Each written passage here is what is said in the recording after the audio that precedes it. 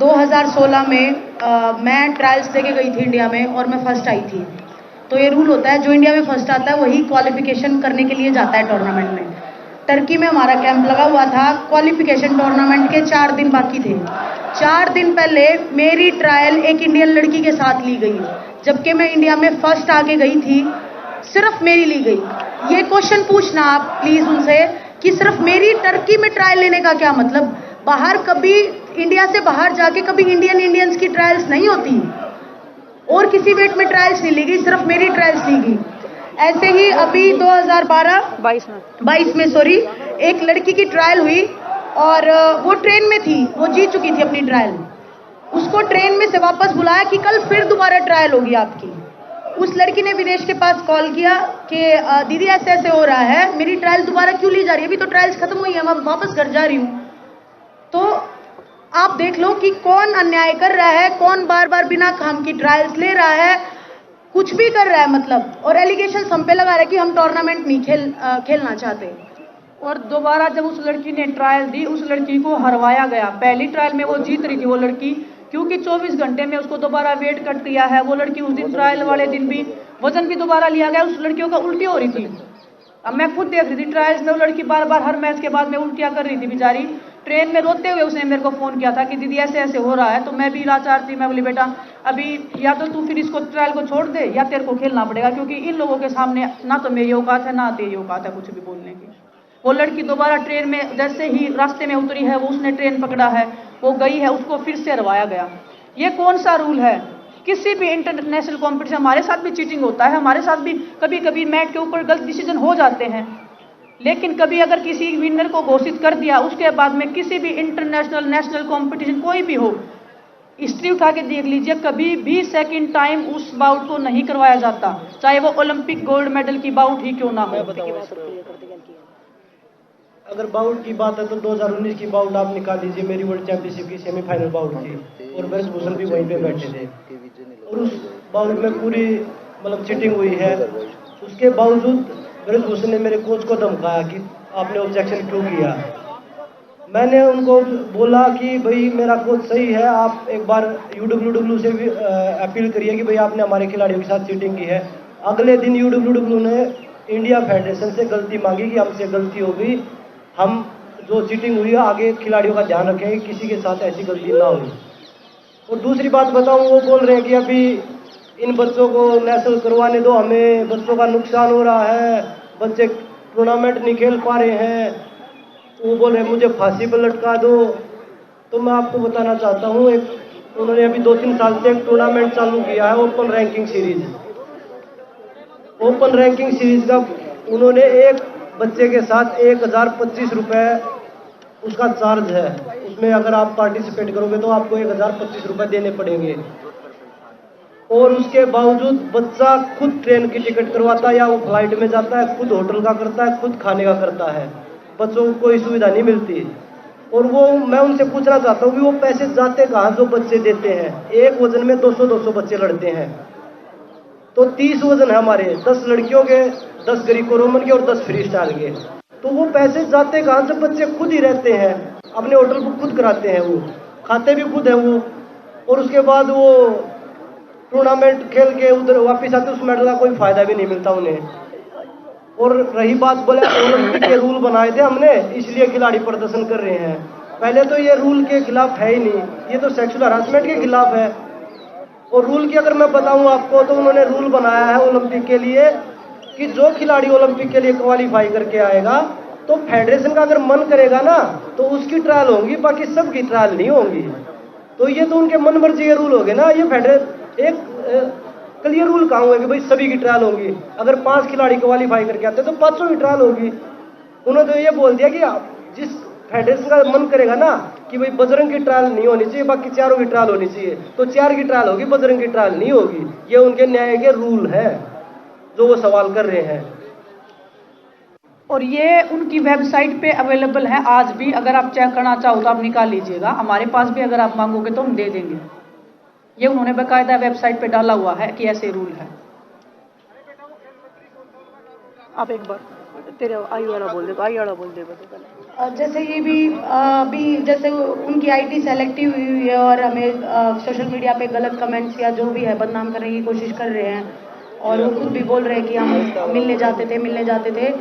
तो सबसे पहले बता दूं कि आईओए का एक इलेक्शंस का कुछ था, मुझे और सत्यव्रत को वहाँ बुलाया गया था, कुछ वोटिंग का सिस्टम था, तो वो कोई भी काम से बुलाते थे तो हम जाते थे और वहाँ की जो पिक्चर्स खिंच जाती थी वो ठीक है कि हम मिलने गए थे। और विनेश का भी सवाल उठा रहे, विनेश को मतलब अब से लेके 2 साल हो गए ब्रिजभूषण से मिले हुए। वो या तो ट्रायल्स के टाइम पे मिलती है जो वो आते हैं, नेशनल्स के टाइम पे, इंटरनेशनल कंपटीशन में, लेकिन ऐसे पर्सनली विनेश को 2 साल हो गए वहाँ गए हुए, फेडरेशन गए हुए।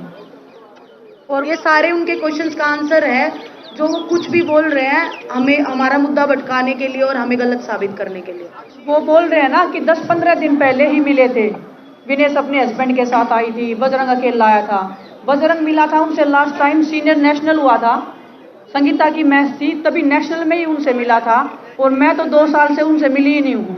अगर किसी कंपटीशन में आगे तो आगे, वो बोल रहे हैं कि रेसलिंग फेडरेशन में आए थे, मैं 2 साल हो गए रेसलिंग फेडरेशन में ब्रजभूषण से मिली ही नहीं हूँ। 2 साल तो मैं मिनिमम बता रही हूँ, मेरे को तो लास्ट टाइम याद आ रहा है 2018 में जब मेरी शादी हुई थी तब उन्होंने बुलाया था खुद कि आप आए हो, मेरे को कुछ पेपर साइन करवाने थे, तब उन्होंने बुलाया था, तब हम उनसे मिले थे। अदरवाइज मेरे हस्बैंड तो पहले ही और लास्ट टाइम तभी उनसे मिले थे।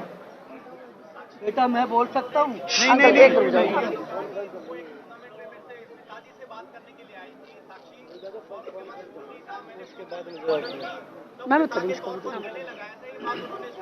देखिए सर, वो जो अभी हथकंडे अपना रहे हैं, लड़कियों को बदनाम करने के, कुछ भी बातें बोल रहे हैं, उनकी आईटी सेल भी कुछ भी अनाप शनाप करी। अभी भी हमारे पास में एक पिक्चर है जो मूव करके किसी को भी वहां पे खड़ा किया गया, देखो कि ये लड़की आई है, और वो उनका नाम है श्रीकांत त्रिपाठी, वो ट्विटर पे है। ये जहां से भी हमें कोई मतलब नहीं है, लेकिन इस आदमी ने ट्वीट किया है तो वो हर तरीके से बदनाम करने की कोशिश कर रहे हैं। इससे आप एक चीज का अंदाजा लगा सकते हो कि महिलाओं के प्रति उनके मन में कितना सम्मान है। सुप्रीम कोर्ट ने भी बोल दिया है कि जो भी कंप्लेंट्स थी उनका नाम ओपनली नहीं लिया जाएगा या नहीं उजागर हो सकता। ना हमने अपनी तरफ से एक भी नाम बताया है कौन कंप्लेंट्स है, किसका नाम है। वो बंदा किसी भी लड़की का नाम लेके कुछ भी बोल रहा है तो उससे उसकी मानसिकता दिख रही है कि महिलाओं के प्रति उसके मन में कितना आदर और कितना सम्मान है, उसकी छोटी सोच वो दिखाई दे रही है सबको। आप लोगों के और क्वेश्चन हो तो बता दो, नहीं तो हम खत्म करें जी। हाँ जी, हाँ एक और बात, बिल्कुल बिल्कुल बिल्कुल जी, बिल्कुल इस चीज का भी जवाब अभी हम दिल्ली पुलिस का हम बार बार कर रहे हैं कि हमें विश्वास नहीं है। 6 दिन बाद कंप्लेंट्स दिल्ली पुलिस ने की थी, अभी भी दिल्ली पुलिस लड़कियों के बयान दर्ज नहीं करी है, हर वो तरीके अपना रही है, बहाने करी है, कभी किसी को बीमार करी है। आज तो पूरे दिन से जवाब ही नहीं दे रहे हैं कि कब वो बयान दर्ज करेंगे और वो सब। तो दिल्ली पुलिस बिल्कुल अभी भी कोशिश करी है कि ये मामला जितना डिले हो सकता है, जितना इन खिलाड़ियों को तोड़ा जा सकता है मेंटली या फिजिकली, जो भी हम ब्रेक कर सकते हैं या लड़कियों को तोड़ सकते हैं पैसे से, पावर से, पोजीशन का इस्तेमाल करके, तो वो हर इतना टाइम उसको दे रही है कि वो अपना बचाव कर सके या हम पे दबाव बना सके, किसी भी खिलाड़ी पे दबाव बना के पीछे हटा सके। तो दिल्ली पुलिस का वही है कि वो अपना काम नहीं कर रही है।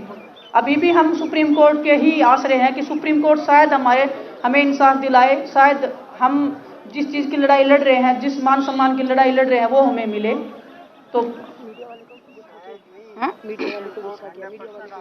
एक और आज इंडिया टीवी से कोई उनका वो पूछ रहे थे, उन्होंने सवाल पूछा तो इतने बौखला गए, इतना पागलों की तरह बिहेव कर रहे हैं, बहुत सारी गंदी बातें वो नेशनल टेलीविजन पे बोल रहे हैं। जो एक सभ्य व्यक्ति, जो एक सभ्य समाज से आता है, उसके मुंह से ऐसी बातें बोलना, तो आप समझ लीजिए उसकी मानसिकता किस लेवल पे उसकी मानसिकता है।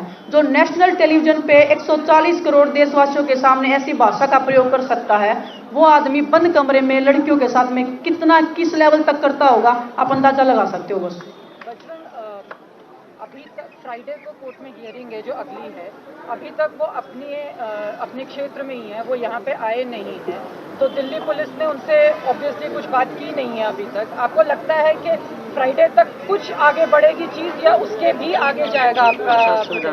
देखिए, माननीय सुप्रीम कोर्ट में पूरा भरोसा है कि खिलाड़ियों के साथ न्याय होगा, और वो अपने इसलिए बैठे, वो अपने मनमाने पत्रकारों को बुलाते हैं वहाँ पे कि वो मेरे हिसाब से सवाल पूछे।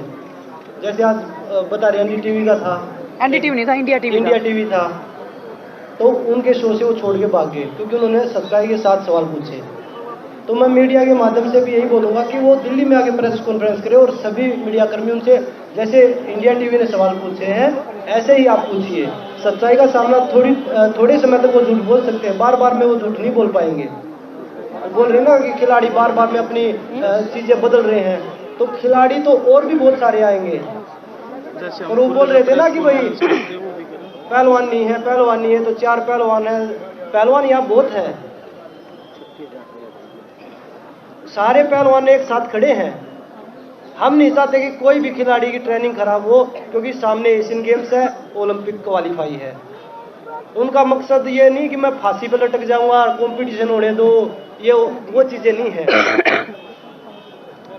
अगर वो सही में रेसलिंग की भलाई या रेसलिंग खिलाड़ियों की भलाई, हमारी भलाई चाह रहे हैं ना आज भी, और बोल रहे हैं कि आप चले जाओ या कंपटीशन लड़ने दो, मैं फांसी पे चढ़ने को तैयार हूं, तो मेरा आप लोगों के माध्यम से एक रिक्वेस्ट रहेगा, अगर वो फेयर इन्वेस्टिगेशन चाहते हैं तो खुद पुलिस स्टेशन में जाएं, क्योंकि उनके ऊपर पोस्को एक्ट लगा है, नॉन बेलेबल ऑफेंस है, क्रिमिनल उनके ऊपर है।